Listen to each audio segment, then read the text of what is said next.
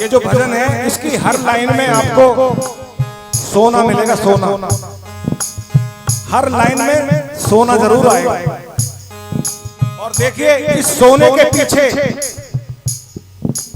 सीता जी पैदा हुई सोने से, और सोना कहां कहां घूम के लंका में पहुंचा, और पूरी रामायण में सोना घूम गया, क्योंकि जो मजा सोने में है वो इंडिया के किसी कोने में ना है ना। कि सोने का तन सोने का घड़ा था, सोने का तन सोने का घड़ा था। जब राजा जनक के यहाँ अकाल पड़ गया और पंडितों ने कह दिया कि अगर राजा जनक और रानी मिलकर के सोने का हल चलाएं तो बारिश हो सकती है, बारिश होगी, अकाल खत्म हो जाएगा। तो देखिए राजा जनक और उनकी घरवाली ने दोनों ने मिलकर सोने का हल चलाया, और वो सोने का हल उस सोने के घड़े में फंस गया, और सोने का घड़ा ऊपर आया तो उसमें से सोने जैसी सीता निकली। और सोने जैसी सीता किस प्रकार से भजन में लिख लिया, सोने का हल सोने का घड़ा, सोने का हल सोने का घड़ा, सोने की नगरी में लाके घड़ा, सोने की नगरी में लाके घड़ा, सोने का हल जनक जी ने चलाया, सोने का हल जनक जी ने चलाया, सोने का हल जनक जी ने चलाया, सोने का हल जनक जी ने चलाया। सोने में सोना फंसा ऊपर आया, सोने में सोना फंसा ऊपर आया, सोने में सोना फंसा ऊपर आया, सोने में सोना फंसा ऊपर आया। जो सोने के हल से तो सोने का घड़ा ऊपर आ गया, और उसमें से सीता मैया निकली। सोने सी सीता सोने का पलना, सोने सी सीता सोने का पलना। और राजा जनक ने अपनी बेटी के लिए सोने का पलना लगवाया, और सोने के ही खिलौने दिए। सोने का बजाते ना बच्चे, सोने के खिलौने दिए। अरे सोने के खिलौने दिए लगा एक पलना, सोने के खिलौने दिए लगा एक पलना, सोने के खिलौने दिए लगा एक पलना। और जब सीता जी बड़ी हुई, शादी के योग्य हुई, तो स्वयंवर रचा गया, और भगवान राम ने धनुष तोड़ा, और सीता मैया की शादी भगवान राम के साथ हो गई। और उधर दशरथ जी को जब पता लगा तो वो सोने की पालकी लेकर के और सोने के गहने अपनी बहू के लिए लेकर के कहां पहुंच गए, जनकपुरी में। अरे सोने के गहने दशरथ ने चढ़ाए, सोने के गहने दशरथ ने चढ़ाए, सोने की पालकी अयोध्या ले आए, सोने की पालकी अयोध्या ले आए, सोने की पालकी अयोध्या ले आए, सोने की पालकी अयोध्या ले आए। जब सीता मैया अयोध्या पहुंच गई, तो जब परिवार में नई नई शादी होती है तो वहां माहौल बड़ा सोने जैसा माहौल होता है नहीं। लेकिन सीता मैया को रामचंद्र जी को वनवास हो गया, और सीता मैया भगवान राम के साथ कहां पहुंच गई, वनवास में, वन में चली गई।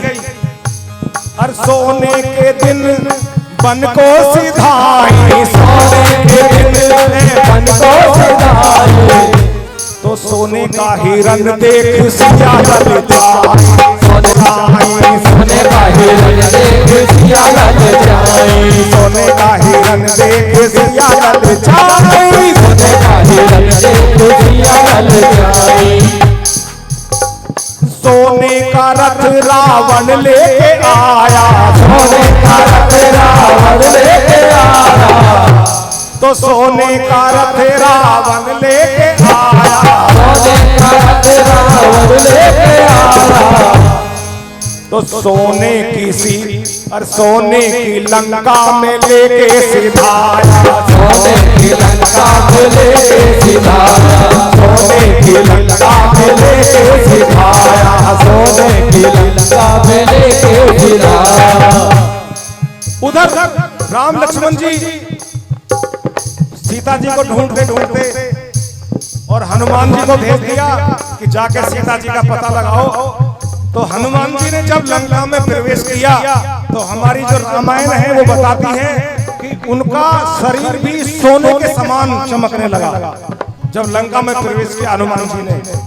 तो सोने के हनुमान लंका में आए, सोने के हनुमान लंका में आए, तो सोने की अंगूठी श्री राम की ले आए, सोने की अंगूठी श्री राम की ले आए, सोने की अंगूठी श्री राम की ले आए, सोने की अंगूठी श्री राम की ले आए।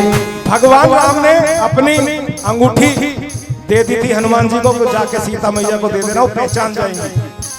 और जब वो हनुमान जी ने अंगूठी सीता जी के पास पहुंचा दी तो सीता मैया को ध्यान आया, उस अंगूठी को देख करके ऐसे घुमा फिरा के देख रही है कि अरे इस सोने के पीछे, इस सोने के पीछे आज मुझे लंका में आना पड़ा। अगर मैं उस सोने का हिरण देख के ना लग जाती तो मैं आज लंका में ना आती। तो सीता मैया अपने मन में सोच रही है और हम सब लोगों के लिए एक संदेश दिया है कवि ने 2 लाइनों के भीतर। क्या? ये सोना किसी को सोने नहीं देता, सोना किसी को सोने नहीं देता, सोना किसी को सोने नहीं देता, सोना किसी को सोने नहीं देता। समझ में आ रहा कुछ? ये जो सोना है ना, माया, माया किसी को सोने नहीं देती। आदमी रात दिन ड्यूटी पे, किसान रात को खेत में है नहीं कमाता है, इस सोने के पीछे, माया के पीछे लगा हुआ है। तो ये सोना किसी को सोने नहीं देता, सोना किसी को सोने नहीं देता, खुशियों की दीवार ढह गई तो माया किसी को न छोड़े, ये माया किसी को न छोड़े, माया माया में बह गई, माया किसी को न छोड़े, ओ माया माया में बह गई, माया किसी को न छोड़े, ओ माया माया में बह गई, माया किसी को नहीं छोड़े, ओ माया माया में बह गई। जलाना था जिसको, जलाना था जिसको वो देखो जलाना, जलाना था जिसको वो देखो जलाना, जलाने गई फिर स्वयं जल गई, जलाना था जिसको वो देखो जलाना, जलाने गई फिर स्वयं जल गई। जलाने की शक्ति ना कुछ काम आई, जलाने की शक्ति ना कुछ काम आई, असुरराज को बात ये ढल गई, जलाने की शक्ति ना कुछ काम आई, असुरराज को ये बात ढल गई।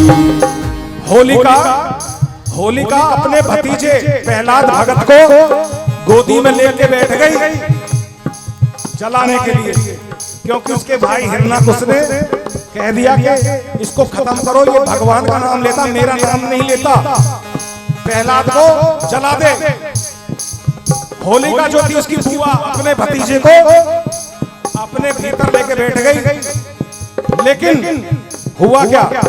जलाना था जिसको वो देखो जलाना, जलाने गई थी स्वयं जल गई, जलाना था जिसको वो देखो जलाना, जलाने गई थी वो जल गई। जलाने की शक्ति ना कुछ काम आई, असुरराज को बात ये खल गई, जलाने की शक्ति ना कुछ काम आई, असुरराज को बात ये खल गई। उसकी जलाने की शक्ति काम नहीं आई, प्रहलाद बच गया और होलिका जल गई। तो हिरणाकुश को ये बात बहुत बुरी लगी। हुआ क्या? भूले बहना की शकल ना, करे कुछ भी काम अकल ना। भूले बहना की शकल ना, करे कुछ भी काम अकल ना। गुम हुई है अकल, बदली बदली शकल, कल इन्हें आज कल ना मिले। अल्लाह करे अल्लाह करे हल ना मिले किसी, अल्लाह करे हल ना मिले, अल्लाह करे हल ना मिले किसी, अल्लाह करे हल ना मिले। भजन में खास सूचना ये है कि जो जिसको जलाने गया वो खुद जल गया, लेकिन जिसको जलाने गया वो बच गया। इसी प्रकार